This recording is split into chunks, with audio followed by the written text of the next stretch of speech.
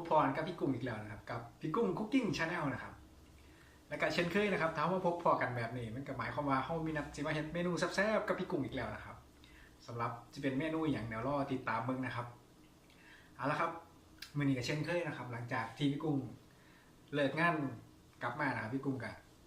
ได้ไปแวะตลาดเรียบร้อยแล้วนะครับไปแวะตลาดซื้อวัตถุดิบหลักมาเรียบร้อยแล้วนะครับแล้วก็ได้วัตถุดิบหลักพิเศษอีกเช่นเคยนะครับมื้อนี้แล้วมื้อนี้วัตถุดิบหลักของไอ้กุ้งนะครับนี่ครับเนื้อเสือนะครับนี่เขาเรียกว่าเนื้อเสือร้องไห้นะครับเนื้อเสือนี่ครับเนื้อเสือร้องไห้นี่มันจะเป็นเนื้อของวัวนะครับเนื้อวัวส่วนที่เป็นอกหน้าอกมันนะครับหน้าอกวัวมันจะเป็นเนื้อติดมันนะครับนี่เนื้อติดมันแบบนี้นะครับมีส่วนที่เป็นเนื้อครับส่วนที่เป็นไขมันแล้ววันนี้เดี๋ยวไอ้กุ้งเสียมาเฮ็ดเมนูย่างเสือร้องไห้ครับเดี๋ยวไอ้กุ้งเสียเนื้อเสือนี่มักดีๆนะครับเราไปย่างไฟอ่อนๆนะครับแล้วกินกับแจ่วเพียนะครับมันจะเป็นเมนูที่สุดยอดอีกเมนูนึงเลยแหละครับเมนูนี้เดี๋ยวมันเขาคั่วกับไอ้กุ้งมาลองติดตามเมนูนี้น้ำกันเบิ่งครับผมครับผมเดี๋ยวขั้นตอนแรกได้กุ้งสิมักเนื้อซะก่อนนะครับเดี๋ยวมาเบิ่งวิธีการมักเนื้อสูตรของไอ้กุ้งกันเลยครับครับสำหรับสูตรการมักเนื้อของไอ้กุ้งนะครับก็สิมักแบบง่ายๆนะครับเพื่อที่จะคงรสชาติของเนื้อให้มันเหลือไว้หลายที่สุดนะครับเวลาเฮาย่างนะครับสำหรับอุปกรณ์ที่ใส่ในการมักเนื้อไอ้กุ้งก็ใส่ง่ายๆแบบนี้นะครับมีซอสปรุงรสฝาเขียวนี่นะครับซอสหอยนางรมนี่ครับน้ำปลานะครับผงชูรส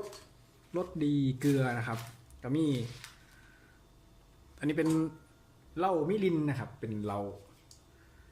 าญี่ปุ่นนะครับพอดีไอ้กุ้งมีติดบานไว้พอดีก็เลยสิเอามาใส่หมักน้ำนะครับเนี่ยไอ้กุ้งก็สิเฮ็ดง่ายๆเนี่ยเอาเนื้อลงไปแบบนี้แล้วก็ใส่ซอสหอยนางรมนะครับใส่ลงไปเลยครับมันสิเฮ็ดให้เนื้อเขามีรสชาติหอมหวานนะครับสำหรับซอสหอยนางรมนะครับแล้วก็ไอ้กุ้งก็สิใส่ซอสปรุงรสฝาเขียวนี่ครับใส่ลงไปตามด้วยเกลือนะครับใส่เกลือลงไปเกลือนี่ซอยดึงรสชาติของเนื้อขึ้นมาอีกนะครับแล้วใส่น้ำปลาเล็กน้อยนะครับเพื่อให้มันกลมกล่อมนะครับเข้ากันก็รสดีครับใส่ย่างละหน่อยนะครับไม่ต้องใส่หลายนะครับใส่ย่างละหน่อย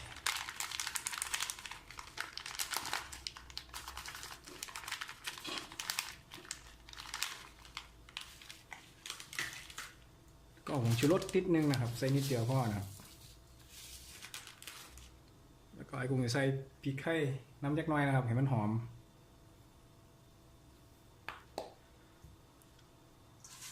แล้วการสุดท้ายกุ้งจะใส่เหล่าลงไปนะครับเหล่ามิรินนะครับเหล่าญี่ปุ่นนะครับพอดีมีติดบานไว้พอดีก็เลยใส่ลงไป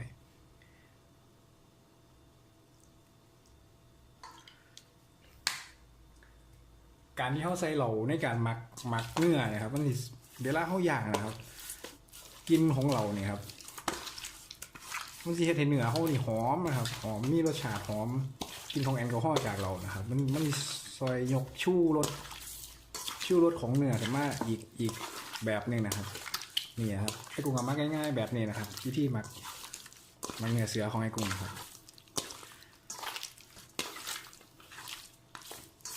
นี่ครับประมาณนี้นะครับเฮ็ดแบบง่ายๆนะครับใส่วัสดุอุปกรณ์ที่เขามีอยู่น้ำบานเขานะครับแต่เขาว่ามีเหล่าเครื่องกุ้งกับว่าใส่ก็ได้ครับใส่แค่เกลือน้ำปลาผงชูรสรสดีซอสหอยประมาณนี้ก็ได้ครับนี่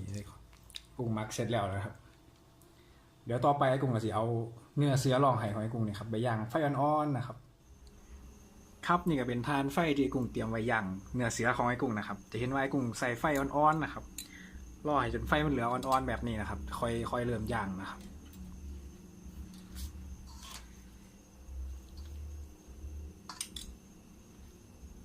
แต่เขาย่างไฟแห้ง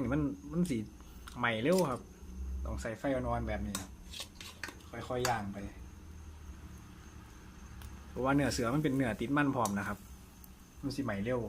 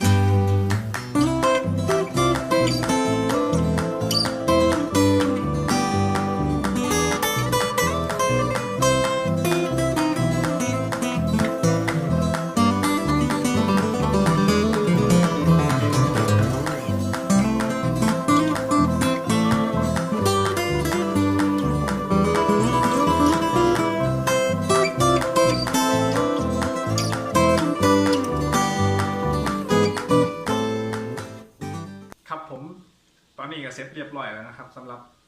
ย่างเนื้อเสือร้องไห้ของไอ้กุ้งนะครับว้าตัวเบิ้งนะครับไอ้กุ้งมาให้เบิ้งความฉ่ำเบิ้งความฉ่ำของมันนะครับ ความฉ่ำของเนื้อความฉ่ำของเนื้อเบิ้งครับเบิ้งน้ำไอ้กุ้งย่างว่าให้สุก100%นะครับย่างแค่พอซ้ำนี่นะครับประมาณ60%นะครับย่าง60%สุกกำลังดีเลยนะครับข้างนอกนี่สีสุกนะครับแต่พอหั่นออกมาเนี่ยข้างในสิมีสีแดงสีชมพูอยู่นะครับก็คือมันสีนุ่มข้างในนะครับมันเป็นรสชาติที่กำลังดีเลยครับการย่างเสือย่างประมาณนี้นะครับ60%นะครับนี่ครับเดี๋ยวกุ้งสีมาหั่นให้เบิ่งครับว่าข้างในมันสิเป็นตะกินคักปานเลยครับ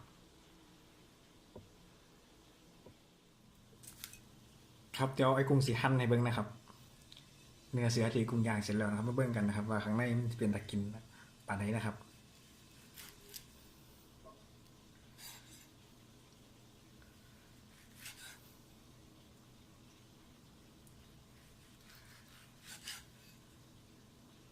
นี่ครับข้างในอย่างที่ไอ้กุ้งบอกนะครับมันจะยังอมสีชมพูอยู่นะครับยังเหลือความฉ่ำของเนื้อนี่ก็เป็นส่วนที่ติดมันนะครับ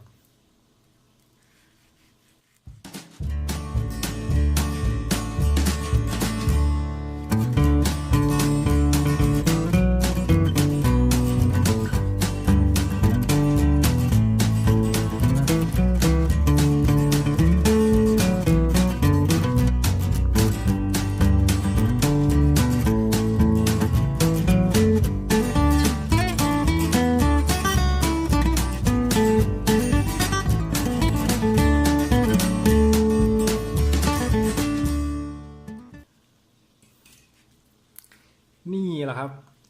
เสร็จเป็นที่เรียบร้อยแล้วนะครับสำหรับย่างเสือร้องไห้จากพี่กุ้งนะครับเดี๋ยวไอ้กุ้งสิกินครับเจ้าเพียขมๆนะครับแซ่บๆนะครับในเมนูย่างเสือร้องไห้นะครับมื้อนี้ครับครับแล้วก็ต่อไปมาเบิ่งวิธีเฮ็ดแก้วเพียขมๆแซ่บๆกับไอ้กุ้งนะครับเฮ็ดแก้วไอ้กุ้งก็เฮ็ดแบบง่ายๆนะครับอุปกรณ์ในการเฮ็ดแก้วก็มีเพียนะครับสำคัญเวลาเขาไปซื้อเนื้อซื้ออย่างเนี่ยครับเขาก็สิแถมมาให้นะครับเพียนะครับเพียวัวนะครับก็มีพริกป่นนะครับมีข้าวคั่วนะครับมีชูรสน้ำปลานะครับแล้วก็หอมผักชีซอยนะครับเอามาเบิ่งกันครับวิธีการเฮ็ดแก้วเพียขมๆแซ่บๆนะครับก่อนอื่นในกลุ่มเลยสิเทเพียลงไปนะครับเทลงไปให้กุ้งใส่เบิดเลยนะครับแล้วก็ใส่พริกป่นนะครับใส่พริกป่นลงไปครับเดี๋ยวจะมาเผ็ดหลายเผ็ดหน่อยเดี๋ยวแต่นะครับขอให้กุ้งเผ็ดหลายเล็กน้อยให้กุ้งมากินเผ็ดตามด้วยข้าวคั่วครับใส่ลงไปก็ชูรสครับ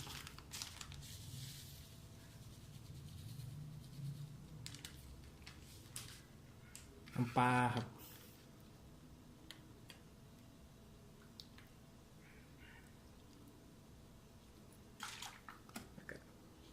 เรียกว่าใส่หอมซอยลงไปครับ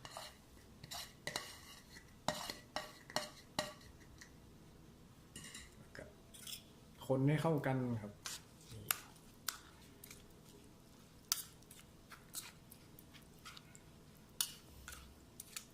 นี่ครับง่ายๆแค่นี้นะครับก็เสร็จเรียบร้อยแล้วนะครับสำหรับแก้วเพียขมๆเอาไปกินครับย่างเสือของไอ้กุ้งครับนี่ครับเสร็จเรียบร้อยครับแก้วเพียเดี๋ยวต่อไปกุ้งจะลองเนื้อเสือที่ย่างเสร็จแล้วมาจิ้มชิมลองเบิ่งครับครับผมทุกอย่างก็เสร็จเรียบร้อยนะครับสำหรับเมนูพิเศษของไอ้กุ้งในมื้อนี้ครับก็คือย่างเสือร้องไห้นี่นะครับไอ้กุ้งซอยเรียบร้อยแล้วนะครับพร้อมกับน้ำจิ้มแจ่วเพี้ยนี่ครับน้ำจิ้มแจ่วเพี้ยเผ็ดๆขมๆแซ่บๆเลยนะครับแล้วก็นี่ครับเต็มถาดที่เก่าครับผักกินกับครับเดี๋ยวกุ้งสิมาลองชิมมึงนะครับว่ารสชาติมันดีแซ่บปานใดนะครับกับแจ่วเพี้ยนะครับกับย่างเสือนี่ครับเดี๋ยวชิมลองเบิ่งเลยครับชิมมึงจิ้มหลายๆเลยครับ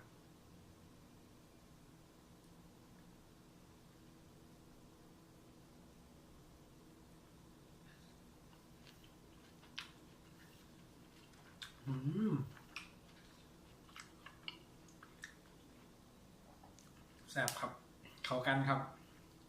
อย่างเสือกับเจ้าเผือกเป็นอย่างที่เข้ากันดีครับดีครับ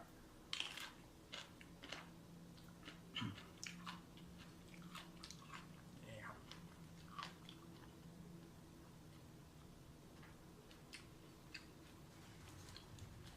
กูกับมีเขาวเหนียวทอดๆพร้อมนะครับเขาวเหนียวหนึ่งไม่ทอดกินกับ